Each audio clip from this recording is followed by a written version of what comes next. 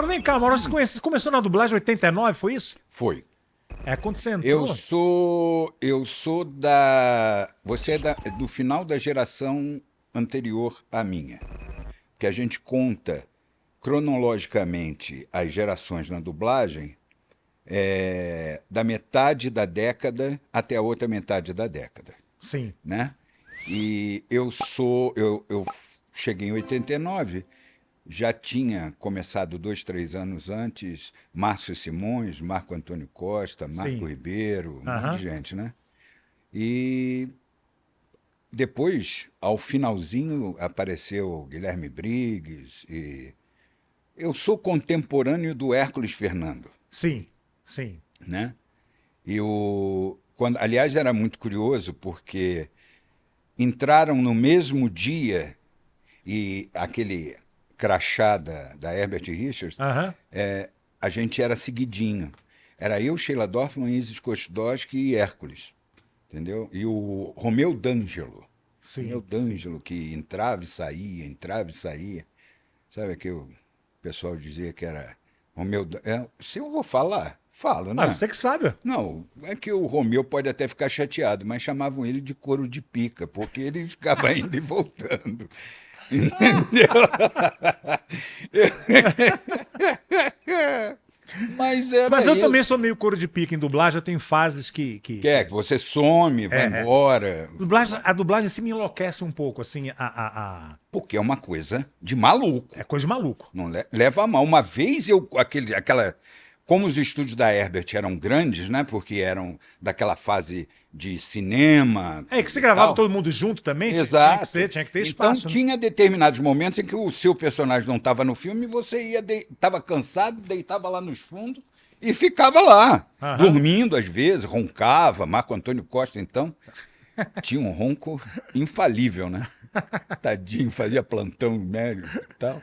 E aí eu ficava olhando. Aí uma vez eu assim, meio sonado, eu comecei a olhar e eu tinha uma visão que até então eu não tinha antes. Porque a gente chegava ali no estúdio e tal, no máximo a gente observava os colegas sentados lateralmente. Sim. E ia até o microfone, olhava a tela da televisão, o texto e tal. De trás, tendo a perspectiva, por exemplo, do monitor, eu achei aquilo ali uma coisa de louco. Porque você não sabe o que o cara está fazendo e você tem um ator ali numa bancada com o microfone na frente. E as caras, né? As caras que as pessoas fazem, né? Pô, Né? eu me lembro, tinha gente que ficava interpretando, se sacudindo, seu Ronaldo, né? Ronaldo Ronaldo Magalhães. Magalhães, ele ficava que nem uma cobrinha. O da Mata pegava a caneta e quando ele tinha que intensificar, né, Aham. a fala, ele ficava mexendo com a caneta assim no ar, Aham. longe do microfone para não sair. É, Quer dizer, cada um tinha uma mania. E o fone era um fonezinho de. Né? Não era Era aquele um fone. não, era um fonezinho fonezinho que você... só, É. porque era uma coisa recente. O fato da gente trabalhar com um som guia original na hora de gravar. Porque ainda naquela época, ainda se fazia na Delarte antiga, ainda se gravava filme em 16 milímetros. Aí eu peguei o 16mm, né? Mas o cliente eram companhias aéreas. Era Varig. É. É. Então, Isso na Delarte, na Delarte. que era Tecnissom ainda. Isso. Depois virou Delarte. E aí eu cheguei a fazer uns 3 ou 4 ali, mas era difícil pra caralho, meu amigo. É. Quer dizer, você tinha o áudio, ensaiava, não tinha fone. Não, mas tinha sim, tinha. Não tinha o som original, porque o som apareceu, o fone apareceu para você escutar a voz guia. Quando era só o loopzinho, aquela fita de 16mm, você na hora de gravar você não tinha som. Você ia e gravava. Cara. Tinha um pup, e aí ia embora. Porra, eu achei aquilo difícil pra cacete. É muito Mas, louco. bom, superei os obstáculos, porque estou aí trabalhando até hoje, né, nesse negócio. Eu comecei em 83, era 16mm, né? Ficava, por isso que chama loop ou anel, né? Porque o trechinho que você ia dublar cortava a película, isso, colava uma ponta na outra e deixava aquilo no projetor rodando ininterruptamente. Errou no início, Não tem volta, não. Tem que assistir aquela porra toda. Toda, aí pega do início de novo. E parecia aquela projeção meio de Peep Show, né? Que era cheio de cabelo em volta. Sabe que ficava aqueles pelos em volta? Assim? Era muito tosco, cara. Me lembro a primeira vez que eu fui na Ebert, que eu entrei e que eu falei... Se a Herbert Richards é assim, que é o maior estúdio da América do Sul, como é que será o pior? Porque era muito tosco, assim. Levando-se em conta que era Herbert Richards, né? Sim. Cara, era tosco demais, cara. Projeção horrorosa, com som péssimo. Som bem ruim. Bom, foi a minha escola, né? E aí que a gente aprende. E eu me lembro que você estava falando agora de como você se situa, né? Eu me situo assim. Era o 16mm, daqui a pouco veio o Matic, né, cara? Aquela fita, tipo um VHS grossão, assim, né? Um VHS profissional. Isso, né? Exatamente. E que aí passou a ser assim, já tinha o Volta Errou, Volta e tal, já era um pouco melhor. Daqui a pouco veio, acho que o DA, né?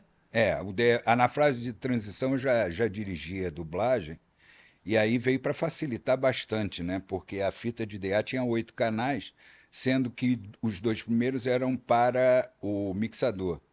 Então a gente tinha à disposição 6 canais, que era uma coisa que a gente não tinha, porque era só. Na Umatica a gente só tinha 2 bandas sonoras. Sim.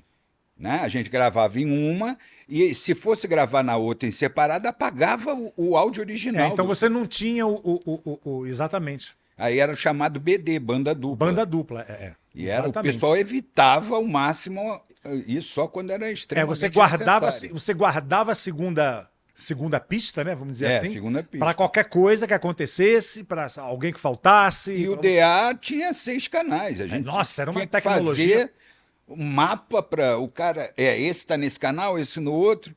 Agora, havia um problema depois que eu segui. O primeiro problema ele com a imagem, como ele era só de áudio, tinha que ter um aparelho referência com a imagem.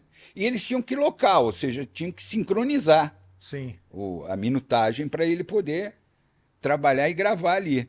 E aí era um sacrifício, né? Porque muitas vezes é o que eu falo, não adianta.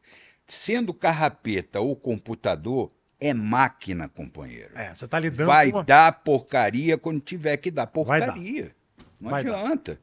E então aquilo ali sumia, coisa que você tinha gravado. Sim. E aí aparecia em outro canal.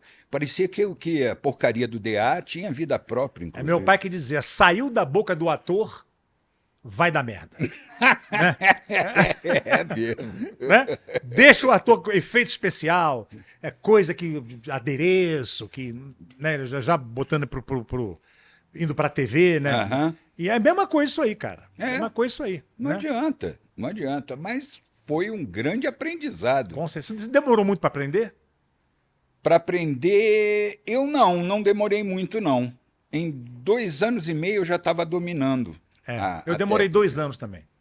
Mas queriam que eu fosse diretor e eu não tinha nem 3 anos completo, lá na falecida VTI, com o Vitor Berbara. Sim. Mas eu mesmo falei, não, pelo amor de Deus, que isso, cara, ainda não tenho cabedal para isso, não.